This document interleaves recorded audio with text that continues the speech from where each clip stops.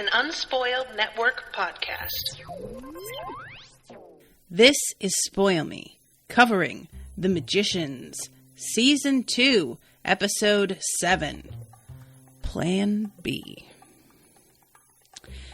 In this episode, I think that this was the funnest episode of this show so far. Like, not that there aren't stakes, because there are totally stakes, but it's just... I mean, who doesn't love a heist? Am I right? Welcome to Spoil Me.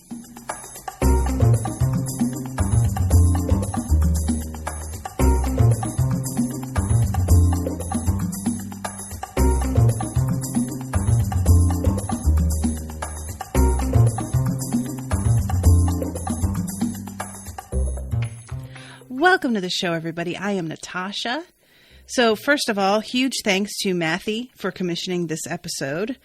I don't think that I realized at the beginning of this week how there are 3 Magicians episodes crammed in, and all of them were commissioned by Mathy. It was a weird period of 2 weeks there where there were no Magicians episodes at all. And I kept being kind of surprised because they had been very consistent. And then I was like, oh, there's no Magicians this week. And then I was like, well, probably next week. But I didn't look. I just assumed. And then I was like, oh, none this week either. Well, damn. And then this week I suddenly was like, oh, they're making up for it now. I see what's happening.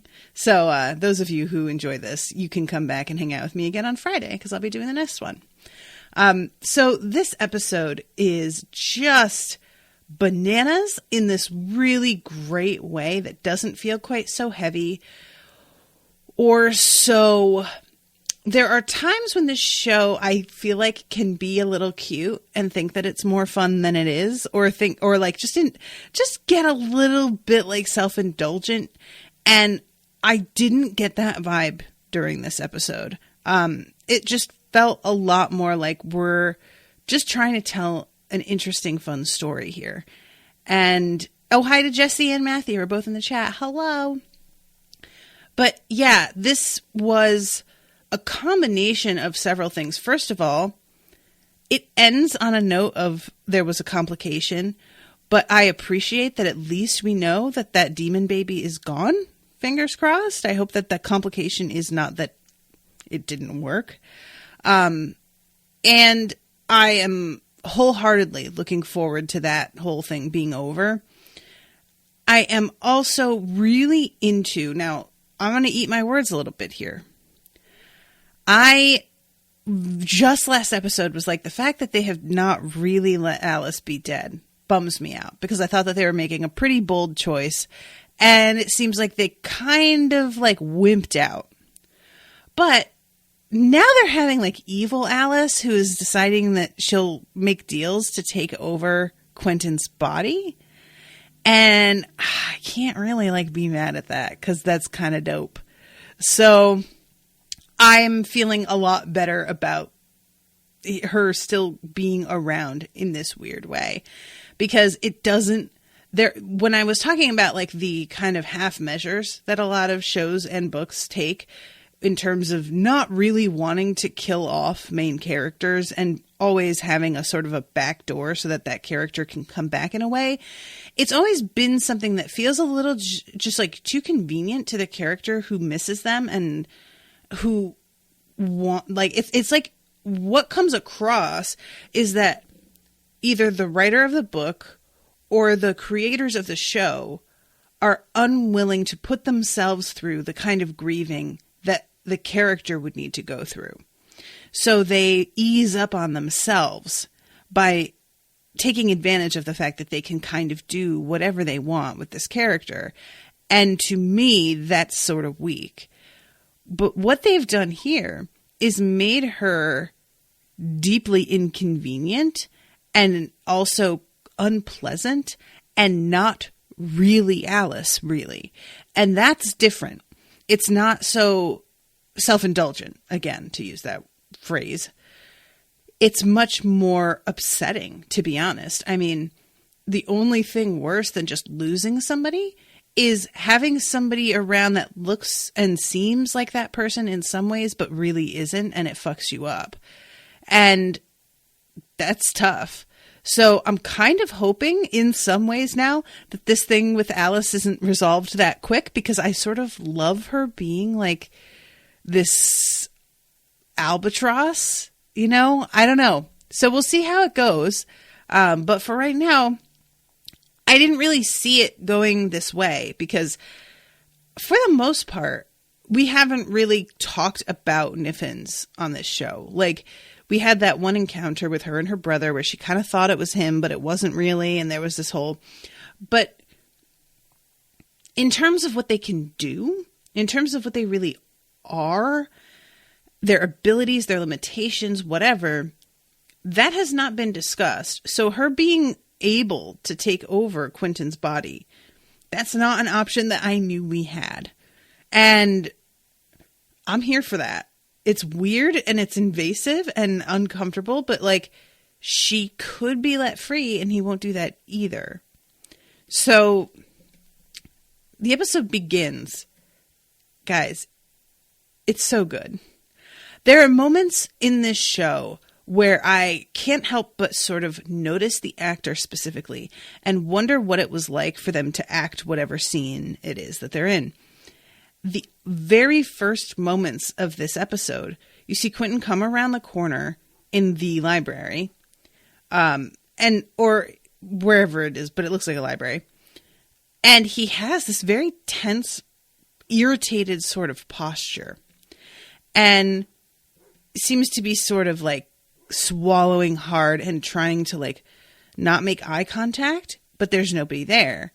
And I was immediately like, what the fuck is up with Quentin? And then it jumps to Alice in front of him. Stop ignoring me. Stop ignoring me, you pussy. I could not stop laughing. Guys, this is fucked up. Like, nobody else knows she's there. But he has to hear her like in his head, see her in front of him, taunting him, getting in his way, distracting him, fucking up ordinary conversations with her little like commentary in the background. It is wonderful. And it's so perfect that this is happening in a dead quiet atmosphere like the library. Just pay attention to me, you miserable sad sack. What's wrong with you? And finally, he just yells, stop it. And everybody turns and looks at him and is just like, you all right, buddy? And then she says, are you ready to let me out of that hairy back of yours? Because I'm never going to stop. Sooner or later, someone's going to call the brain police and you've got priors. Which, she ain't wrong, though. Like, that's a problem. When she says, are you going to let me out of your hairy back? She called him an idiot, I think was the word she used last episode. But I don't think until that moment when she's like insulting his appearance and something that is really personal that probably not a lot of people know about that maybe he's self-conscious about. That was when I really realized, oh, yikes, she's mean. Like she's not just like playfully like, you idiot. This is some creature that isn't Alice. She doesn't have her kindness or her compassion or urge to get along with people. And he keeps saying to himself that she isn't Alice. And she says, keep telling yourself that. And I'm like, I mean, I can understand why she feels that way. I don't know, again, what happens with a Niffin, but from her perspective, she may very well feel like she is totally Alice. And that she has just had like the weaker, shittier parts of herself burned away. But so he tells her that you need to leave me alone. And she says, fine, let me out of this trap and I'm gone. And I didn't even realize that he could just open the trap and let her out. Like when she said that she was in there, I kind of assumed that he was going to have to go through something like what Julia's going to go through with an exorcism or a removal, something like akin to surgery, because he didn't voluntarily pull her in there. And I assumed because he wasn't volunteering to do that he wouldn't also be able to voluntarily get her out again. But he tells her that he has to say the words to open the trap of my own volition out loud, and I'm not going to do that because there is one policy, and this is the thing from earlier that I had completely forgotten about, because there is one policy for you out here, and it is to box you up for eternity. To which she's like, yeah, how is that different than me being boxed up inside you? And he says it's not the same thing, and you know it. But I'm like, does she? I don't know why she would want it so bad if it weren't like, I mean, it has to be different, but why does he think it's better? Is it just him trying to keep control of the situation and feeling kind of responsible for her? Is it because he thinks that putting her into the box is too, final? And, because he keeps saying that he's going to try and fix this. And I'm like, she tried to do this with her brother, and you flat out kind of betrayed her. In my mind, it was the right thing to do, of course. And she winds up coming around on it later. But she tried to do this herself, and you had to save her life. So what makes you think that you would be able to pull this off either? To which she is saying almost exactly the same thing.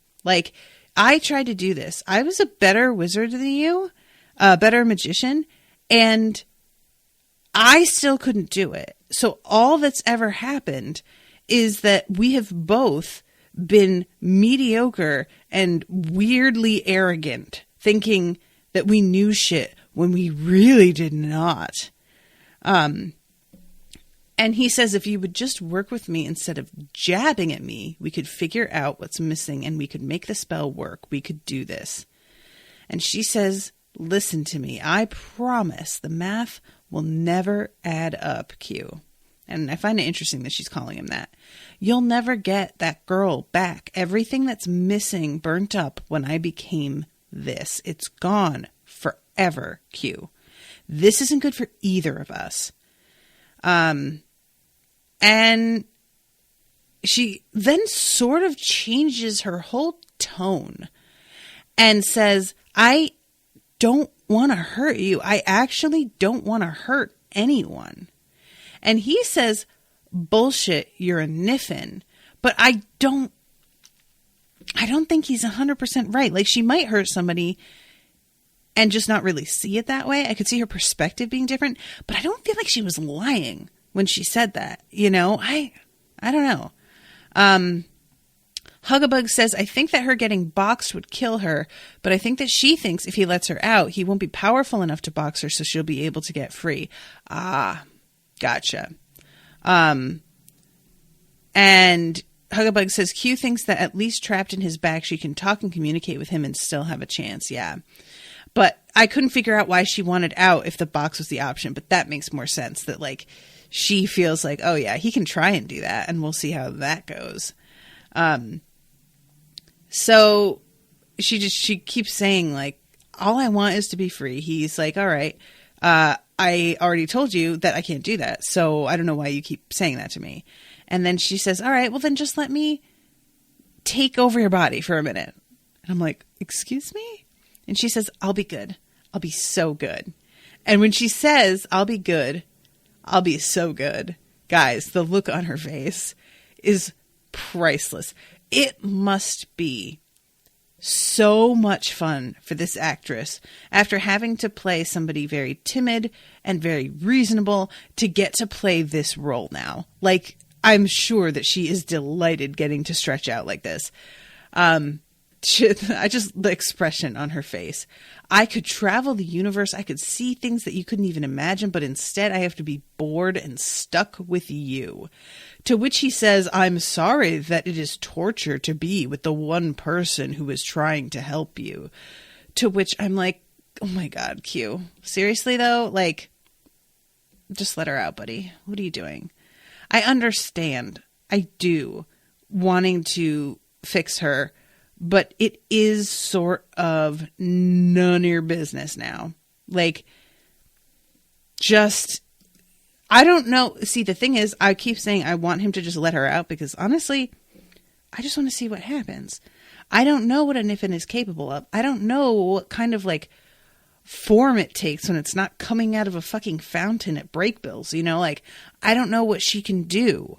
So it's sort of reminding me of Lashiel inside of Dresden. Those of you who have read the Dresden Files, especially later on when we get to a point where he has to kind of make a deal with her in order to open up the safe, the vault. There is a price being paid, a little give and take that's like dangerous and could go a little too far. He could get reliant on it. It's a very weird situation that I quite enjoy. And I don't really want him to let her out yet because I am so eager to see, now that he has made this deal, she can take over his life, his body, for half an hour. A half hour is not that long, but it's also plenty. Like, a half hour, you could do some real fucking damage. I mean, depending on where you are, and depending on how you structure it, is the other thing. Because, like, if she's anything like a fairy, she could take that half hour in whatever fucking increments she feels like it. I hope that he gets real detailed in that damn whatever it is they're going to be doing, like contract. Because if he says like a half hour a day,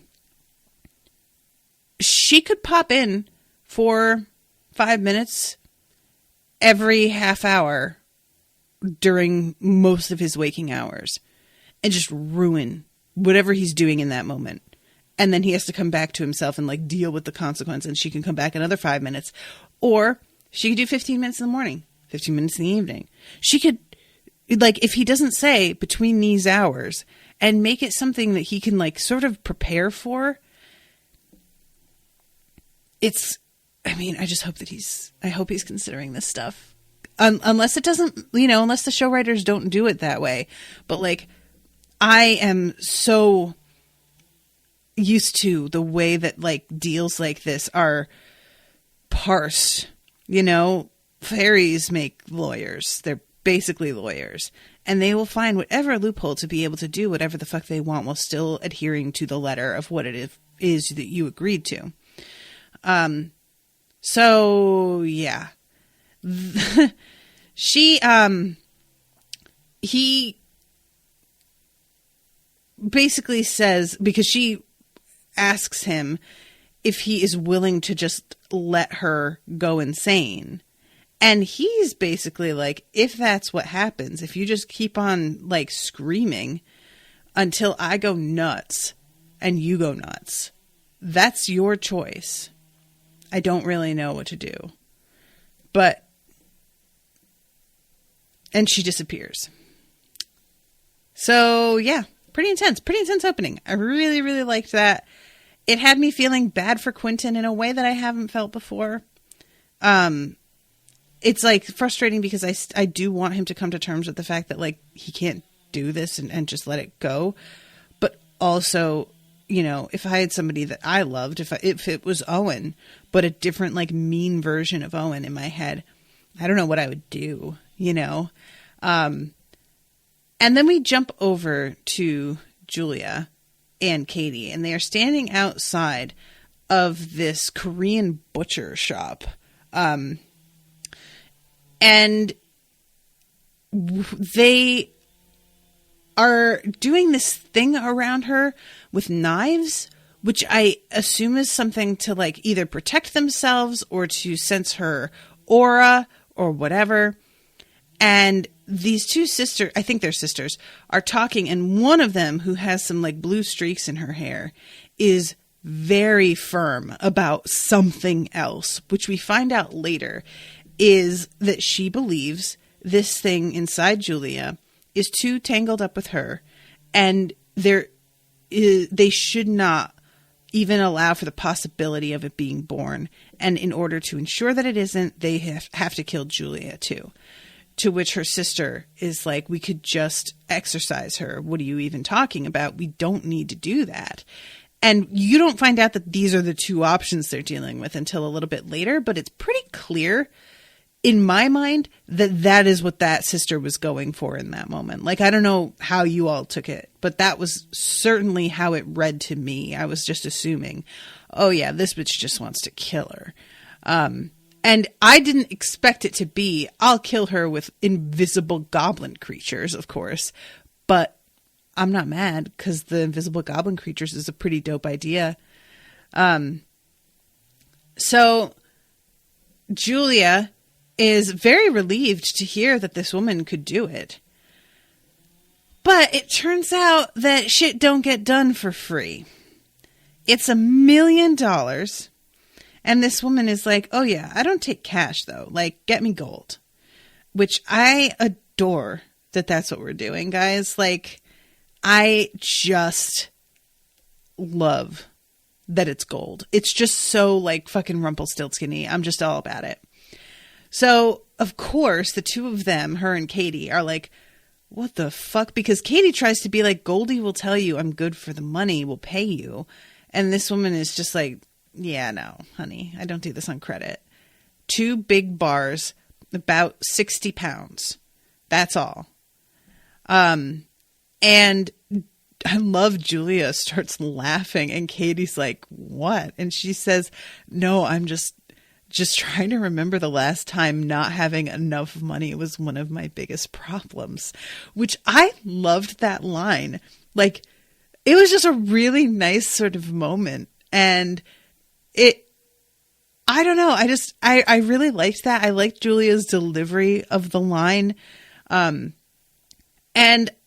I just keep saying how much I feel for her and she's just been put through such hell in comparison to some of these other characters. Like, not that everybody hasn't had their crosses to bear during this show, but I mean, come on, let's get real. Julia has been the one that's been like, gotten the rawest deal out of everybody. And I did not mean that to be a pun, and I'm sorry. That's not funny. But it's like from the beginning, they were lying to her about her being able to get into break bills from the start. Like, she was being gaslit right out of the gate, which is so fucked up. And everything that she's gone through since then was simply stemming from that, you know? So anyway, this bit too, I mean, we know that Julia's mother has money. And I kind of thought that's where the episode was going to go. That we were going to try and go to her mom with this like weird problem. And then it turns out that's not what it is at all. What they decide to do is rob a bank. And it winds up tying in beautifully with what's going on in Fillory. Because as it turns out, for those of you who weren't aware, war is very expensive. And Fillory doesn't have any fucking money.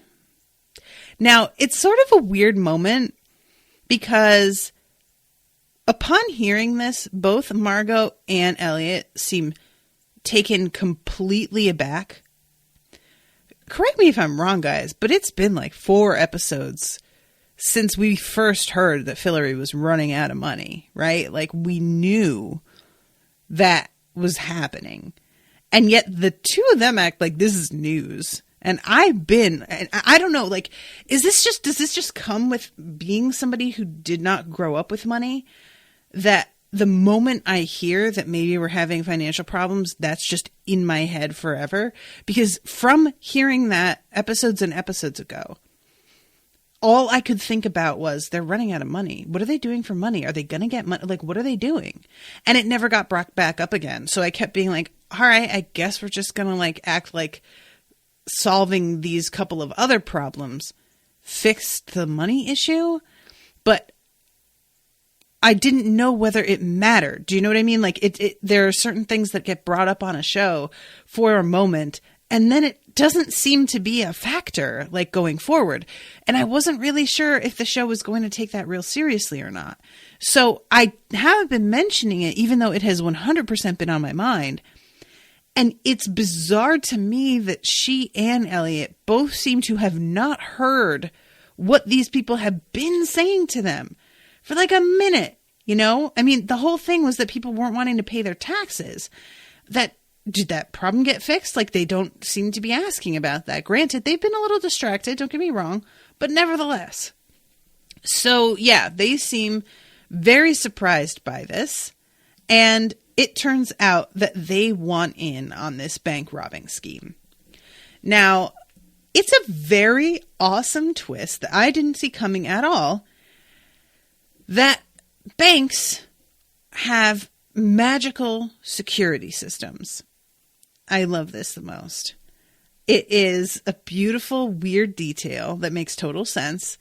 It's, again, very sort of like reminding me of like John Marcone having like a lot of magical backup systems for himself in terms of security. Another Dresden reference for those who don't know what I'm talking about.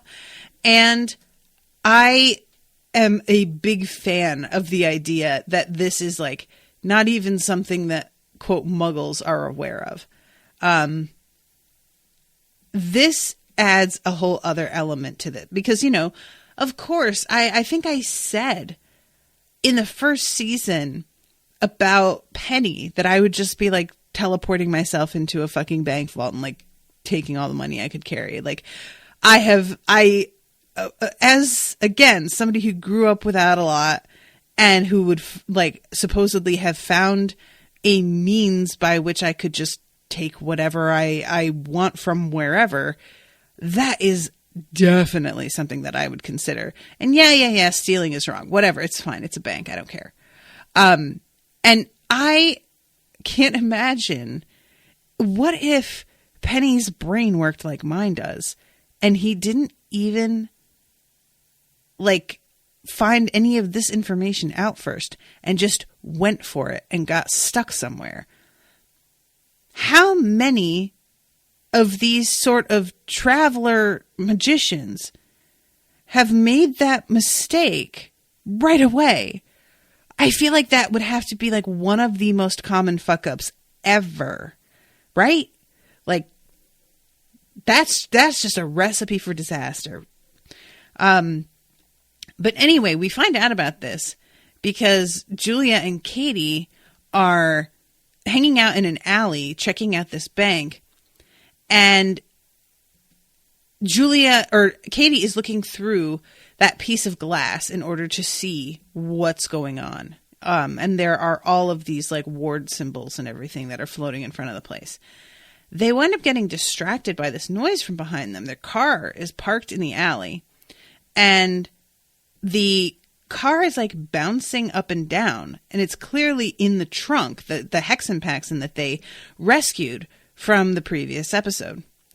Well, that's what you think it is, but then this invisible force knocks Julia backwards, and the Hexenpaxen manages to bust out of the trunk and attacks this invisible thing.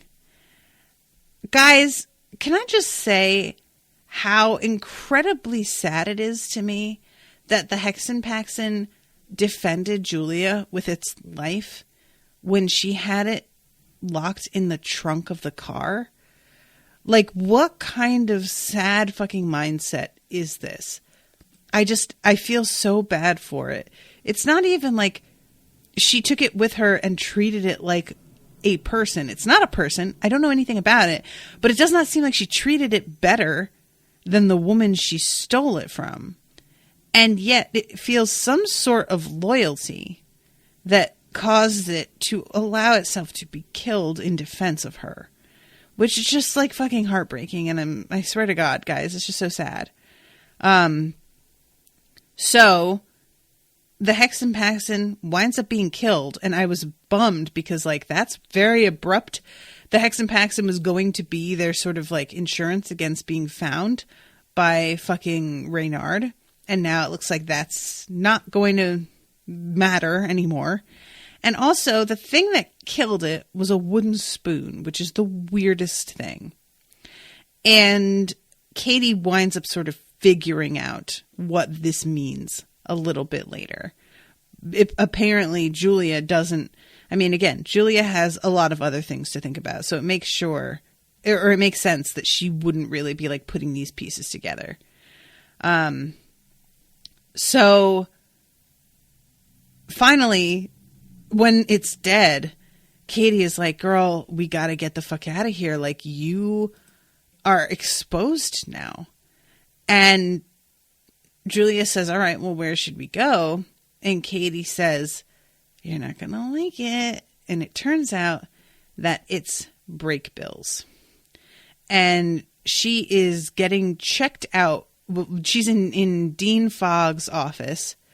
And she is being checked out by this teacher whose fucking name I can never remember. But she tells Julia that the fetus's vitality, its essence, is like entangled with your soul. And I've read about this, but I have never seen it in person. You need to find a mudang. And they were like, they're both, of course we do. We tried that. They're very expensive. To which she's like, yeah, I've been trying to get one on staff for years, but no. And Dean Fogg takes this teacher aside to talk with her. And basically the woman is like, this poor girl is so fucked. Like, I don't know what there's nothing that I know of that we can do. All I can say is that we should let her stay on campus. Like, I know that's not something that you tend to do, but seriously, this situation is really dire. And I don't feel like there is any option for her that ends in any way other than her being murdered by this thing. She is going to be safer here. And so he winds up allowing her to stay. And she runs into Quentin when she goes to stay in the physics kids building. And the confrontation between Quentin and her, with Alice sniffing, interjecting, is really, really well done. I feel like they got across extremely well how anxiety-inducing and confusing and distracting it is to have Alice in your head while you're trying to have a fucking conversation, especially considering the fact that she is very angry at Julia and kind of blames Julia for her death. And the thing is, it's not entirely inaccurate, but none of them seems to appreciate that she tried to tell Quentin about this, the thing with Renard and what she was planning to do. And he was unwilling to wait and let her deal with that before dealing with the beast.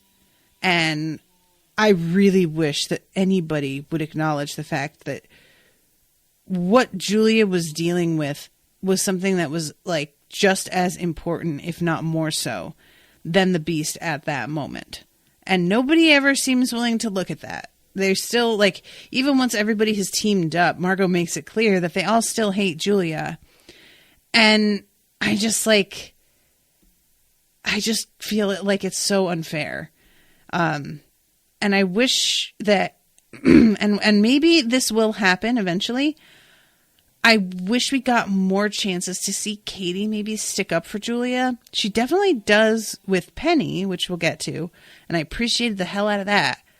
But yeah, it is tough for me to feel like they were all so invested in the Beast as their big villain, which is understandable. He is a very scary dude. But also, this thing had murdered a bunch of people right in front of her, raped her, then went off and murdered a bunch of other people. And this was all ordinary, like, folks. Not all ordinary, but a lot of ordinary folks who were, you know, I just feel like they just do not appreciate the situation she was in. But it boils down to this like conversation where Quentin just kind of tries to make it up to Julia that he will help her with Reynard. And she says, actually, if you can help us rob a bank. And I love this because Alice has been like, fuck this bitch, fuck this bitch, fuck this bitch, fuck this bitch in the background. And as soon as she hears that, she turns around and she's like, what now? And it is a great little moment. Oh my God. Yes. Tell her yes. You say yes. And she looks very excited about it, which makes complete sense. So Penny's in the library and he is looking for a book. And it turns out it was destroyed by other books. Future Movements of Magic was written by a Polish scientist who happened to be a Jew. And the eugenics books came for it. I'm really sorry. They've been put in the restricted section with the other anti-Semitic texts. You guys, this is messed up. It's also kind of amazing to think about how, like, and I'm not going to go on too much of a tangent because I've only got 20 minutes left. But guys, the amount of knowledge that we lost because of Nazis is really just so sad. It's really fucked up. And I've been learning recently how much of the book burning was burning on books that were on like gender studies and basically dealing with the concepts of being trans or non-binary or just gender roles in general and how we like believe things should be one way when in fact we've just invented that. And we have this whole narrative going on today with how like, oh, these days we don't have the values we used to. And it's like, well, people were aware of this stuff, but then, you know, Nazis decided that we shouldn't look at it. So cool. I guess you're aligning yourself with Nazis, but that's fine. So he runs into Katie, who walks out of the stacks carrying some books. And I love, he just stares at her and she says, hey, and then she just says, long story. Anyway, and he's continuing to just stare at her. And then he runs up to her and they start making out. And I guess they just fuck in the library on the floor where plenty of people could probably walk in at any moment. But okay, good on you, I guess. I did really, really love this though, because like the two of them not needing to talk over what happened in any way feels completely right. We don't need to have a big emotional conversation. We don't need to discuss why, how could you do this? No, you know we need to be together. Let's just get this done. And you know what? I've been in a relationship or two that was like that. It's not super healthy, but it was like that. So I get it. And then we go to the meeting between Margot and the Elliot doppelganger. What do you call it? Golem. And Quentin. And they are all deciding to get in on this bank robbery thing. And I love when Katie is mentioning that they're going to be doing this to Penny. He's just like, so? Hello? You going to ask for my help? Fuck. Come on. And she's like, well, I didn't really want to like assume. And he's like, it's fine. Please ask me, please. And you know what, Penny? I really just hated you so much, but you're growing on me so much, buddy. You're really starting to become a fave. And they all, like, we find out that Margot has tried to rob a bank before. When she was in high school. And she explains that all of the secret security companies are owned by magicians. So everybody who works there, they have no idea. But the people that are dealing with the secret wards in the vault will come out, battle magicians, and will fuck your shit up. So yeah, she is explaining that for 10 minutes after the two managers go downstairs and use their fingerprints to open these security vaults, 10 minutes will go by where they are not being where there's no, the wards go down, everything is safe. But if you trip a standard alarm system as a magician, what happens is that a battle magician will show up and they will kill you and figure out who you are later. As she puts it, they only ask questions post-mortem. So the deal is that they get all of the wards down to let Penny come in as a traveler so they don't need to worry about tripping the regular security system. And they use a magical anti-gravity belt that they have made him to get him to float so that he doesn't touch the wards.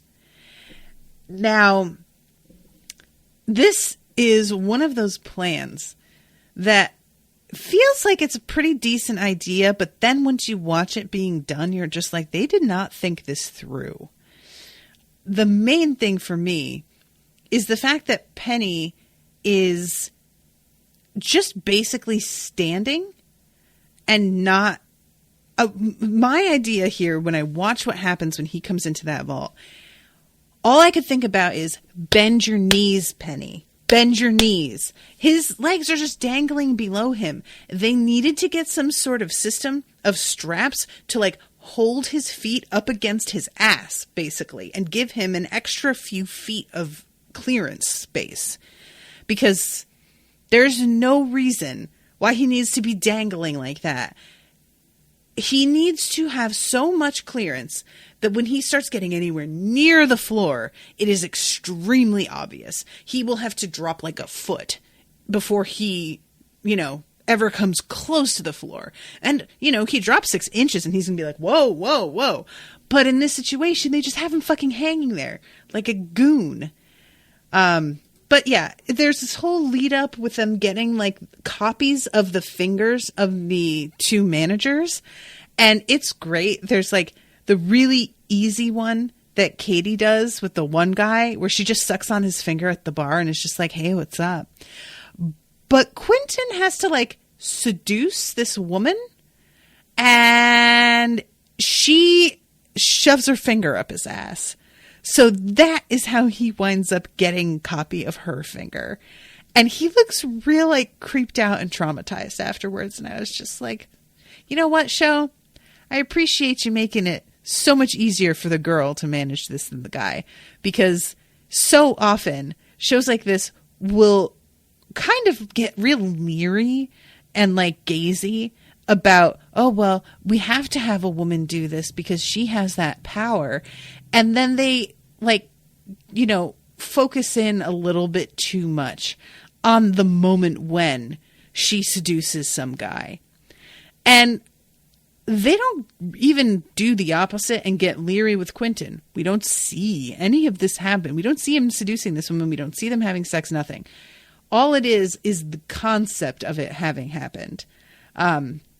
But yeah, it's just, I really did appreciate that it's made to be a much more difficult proposition for him to accomplish. So the thing is, the wards on the floor will lock Penny in place. He will not be able to travel and he will run out of oxygen. So it will just basically hold him there until he's dead and somebody finds him, which is pretty much the operating procedure of the Gringotts vaults as well, getting like sucked inside and being left there. So yeah, that stuff. So they're all in the middle of like talking about this and they get attacked again by one of these creatures. And this is where Katie like takes the spoon and finds out that this belongs to the sister with the blue hair. And they get told that basically there is no calling these things off.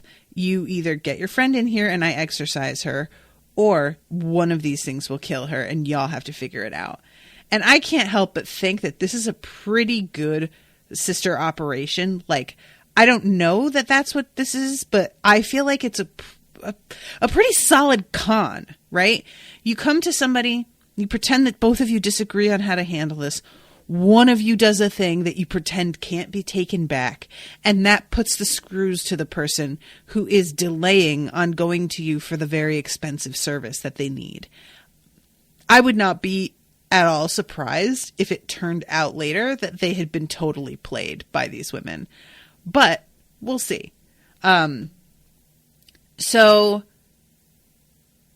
Julia is keeping herself busy by working on this machine that can turn time back by 15 seconds, which of course becomes a little bit crucial later on, but plays out really weirdly because our characters keep doing the same things over and over again. And she can't come with them because it's just too dangerous for her out there in the world. She needs to be behind the Break Bills wards. She needs to be someplace away from all of this, but they can use their best bitches little talismans to communicate with one another. So what they do is release a bunch of bees in the inside of the bank. And I love this. There's a couple of guards here who wind up like going into a closet to fuck, and they miss about an hour's worth of action. Not quite that long, but like they are taken out of the equation and to such a great degree that I completely forgot about them. I don't know about you guys, if you kept on being like, what about those guards? What about those guards? But I didn't. I totally forgot they were even there. And they wind up coming into play a little bit later in a delightful scene that I really want so much to be true and a thing that I can have, but we'll talk about it. So they release all of these bees. The whole place has to be essentially evacuated. And then all of them pose as exterminators that come in to take care of the problem. And it's interesting because when they actually come inside, it turns out that the bees are real and they have to like send them up through a vent and away. But I had to admit, I expected those bees to be an illusion. I did not know that those were going to be a real thing. I really love the moment where Julia is playing with her little machine and she looks up at the mirror to watch what's happening, and she sees Quentin taking off his like hazmat suit and like almost tipping over, and her smiling to herself about it. I feel like Julia got a lot of really nice moments this episode. I just loved that. It was so tender and affectionate, and like, you know, she's gotten to smile so rarely in this show that it's nice to see. So they manage to take down the wards, and Penny is in there. He touches the fucking ward and realizes that shit has gone very wrong, and they don't have anything set up for them to be able to talk to one another. So he has to basically inception into Elliot's brain, because Elliot, if you remember, is not actually there. This is his consciousness being projected into a construction. So he can talk to him and tell him, hey, guess what? Y'all fucked up on your metrics with this anti-gravity belt, and I touched the thing, and I am fucking stuck now. So they have to figure out a way to get him out, and they manage to get back inside the building, but they are about to just walk straight over there, and they run into the guards. And the guards have just come back out. Apparently, the area that they're guarding is so infrequently used that they don't notice the whole place has been fucking evacuated. Like, they come out and they're just like figuring that, you know, it's still business as usual. Elliot tells everybody to put some earplugs in and that he is going to do a thing called the wrecking ball. It is a little disco ball that he rolls out, and it starts to play this song, and all of the lights seem to turn out, and flashing like club lights turn on, and there is this song playing.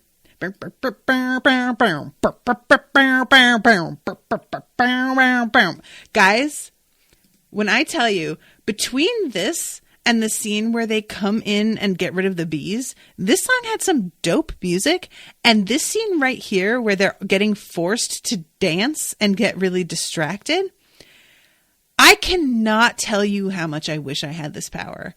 If I could have any minor superpower, the ability to make everybody start dancing to music would 100% be the thing. I have said before that I would like a superpower that keeps me from getting my clothes stained. Yeah, that would be lovely. Or a superpower that's like any time that I'm about to drop and break something, I catch it. Little things like that. Sounds great. But no, I put it all aside. I take it all back. This is what I want. This right here. Because I fucking love dancing and I love parties where there is dancing and nobody else does it. Every time I go to a party, I'm the only one. The only one. I went to my friend's wedding. It's a wedding.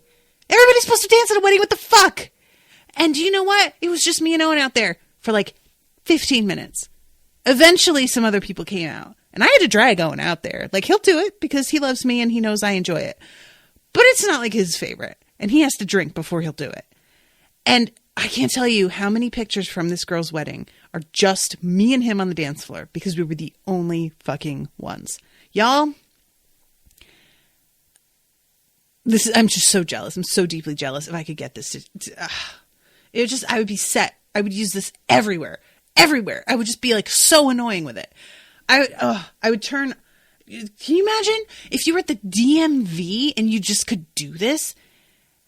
You have this like hour and a half long wait and you are bored as fuck and you just roll this shit out and turn it into a dance party for an hour and a half.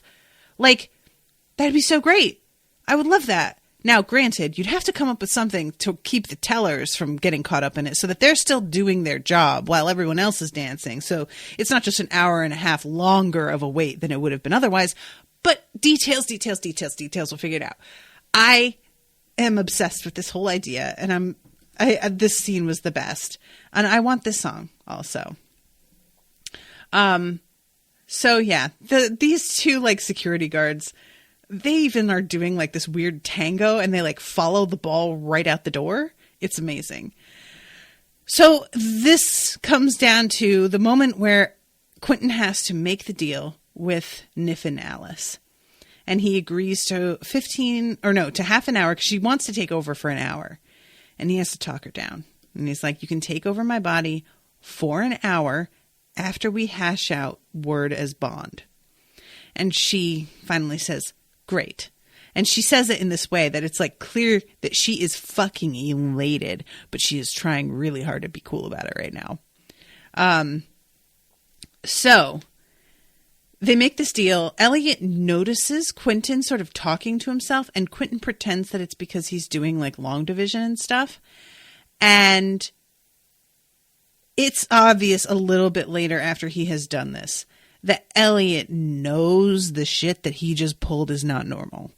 Like, he's given him the eyeball. And this is part of why I compared this to Lashiel and Dresden, because Dresden does some things that friends of his can tell are not within his purview. He shouldn't have been able to pull these things off.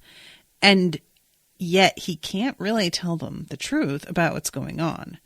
So yeah, he does this thing and manages to open the lock that should not be possible for any of them to open without a significant amount of time. Like, Elliot even says something about how if Alice were here and alive, he doubts that she could do this within like 20 minutes.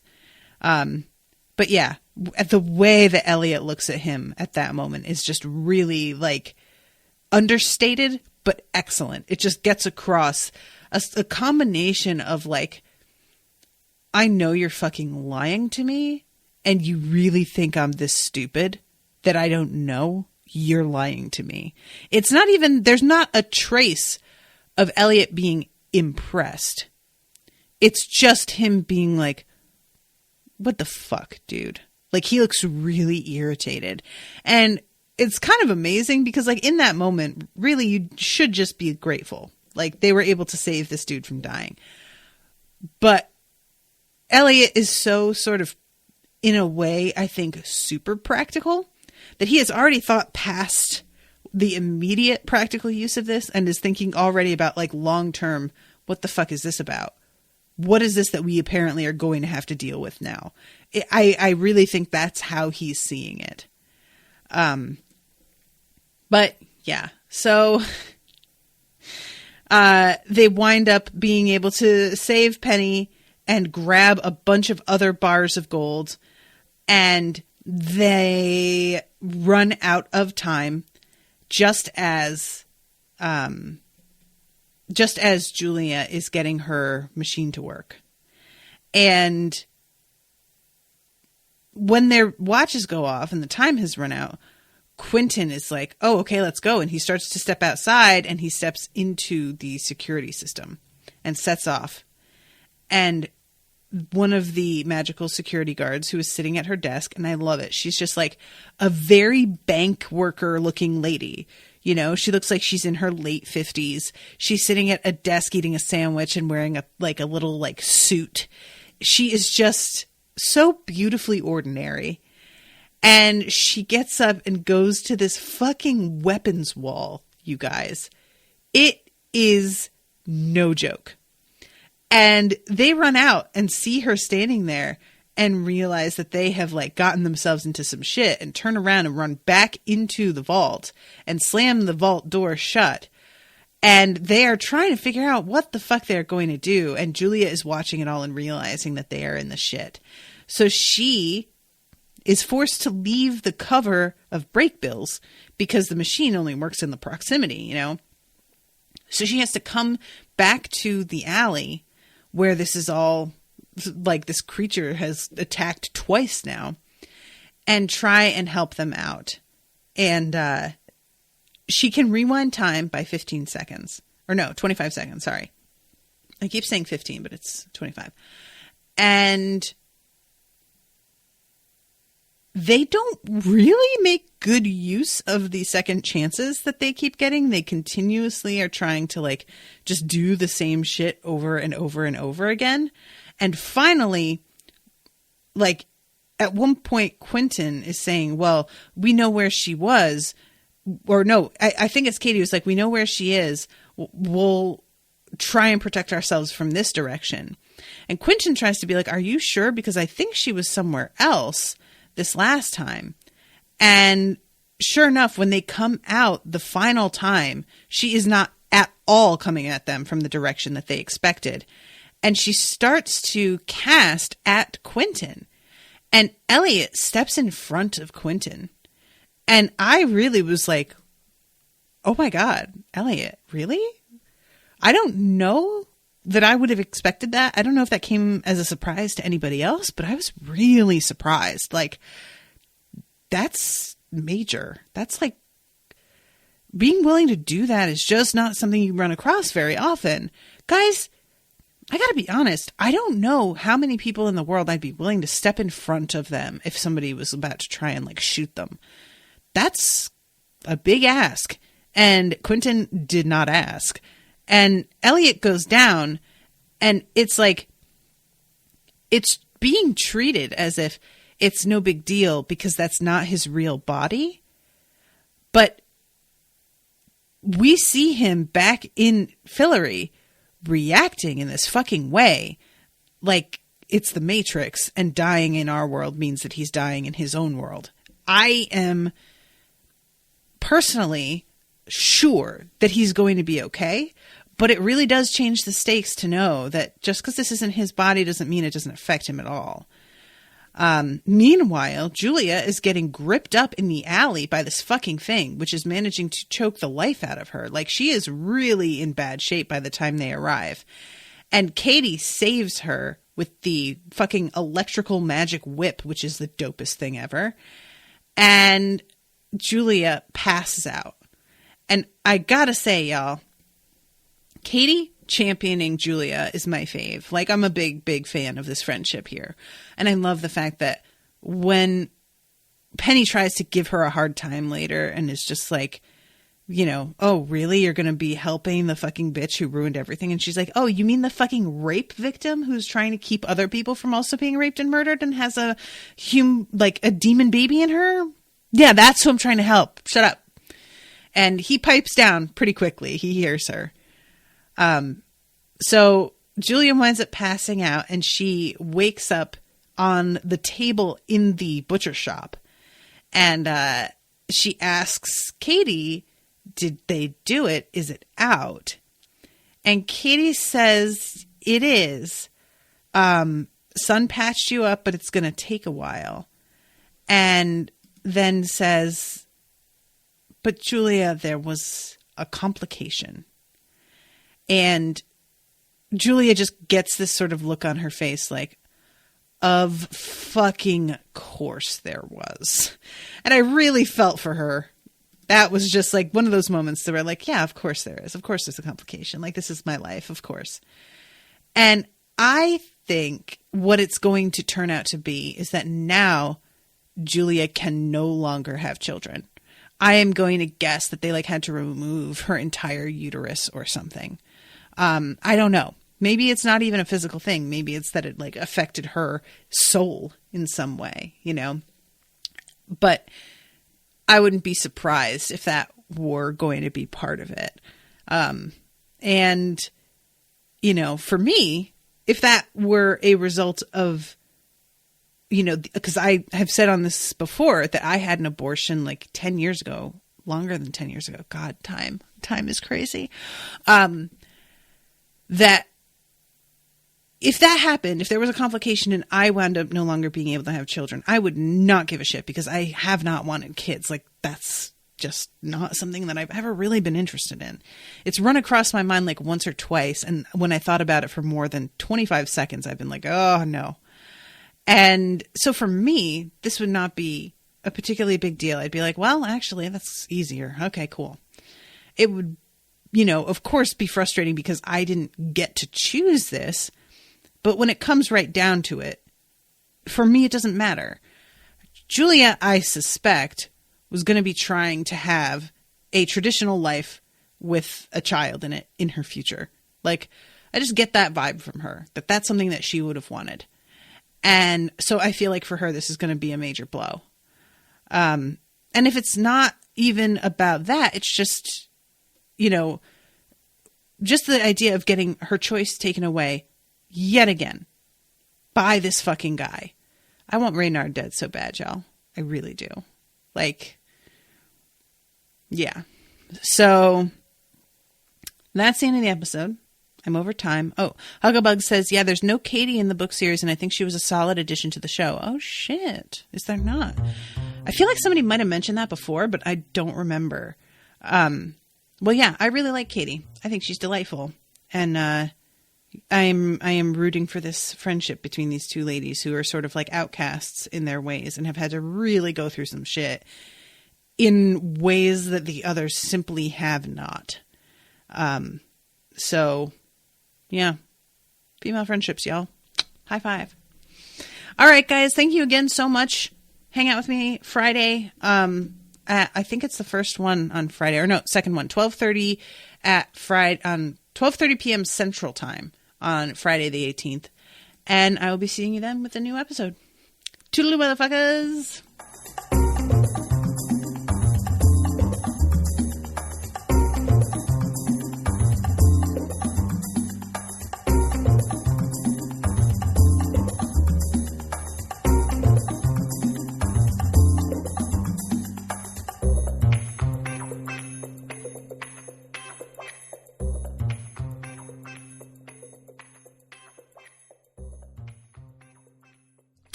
That was an Unspoiled Network podcast.